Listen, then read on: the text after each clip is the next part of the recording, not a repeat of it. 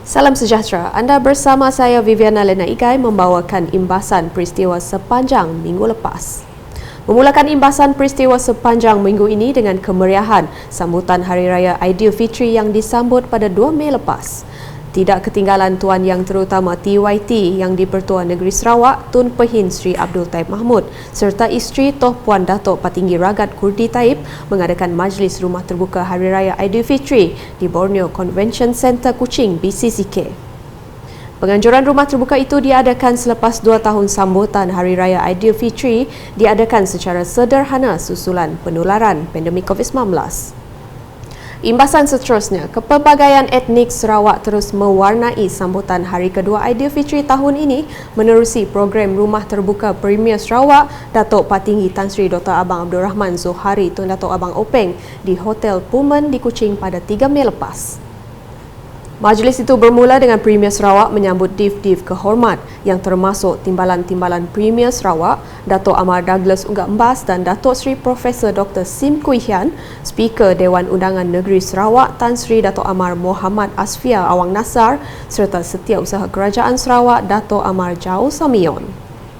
Beralih ke imbasan berikutnya dengan rakyat perlu kekal memberikan mandat kepada Kerajaan Gabungan Parti Sarawak GPS untuk terus memperjuangkan hak-hak Sarawak di peringkat persekutuan.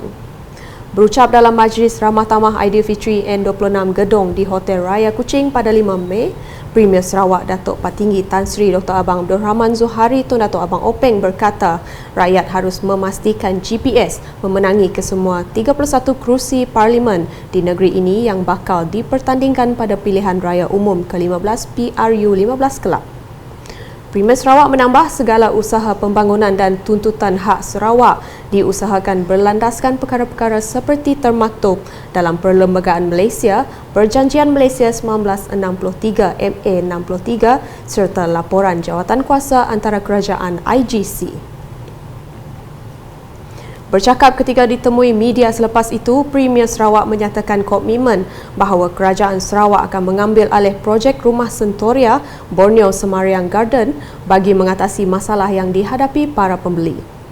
Tegasnya beliau mengambil maklum berkenaan isu tersebut dan telah memberi amaran kepada syarikat pemaju projek perumahan itu.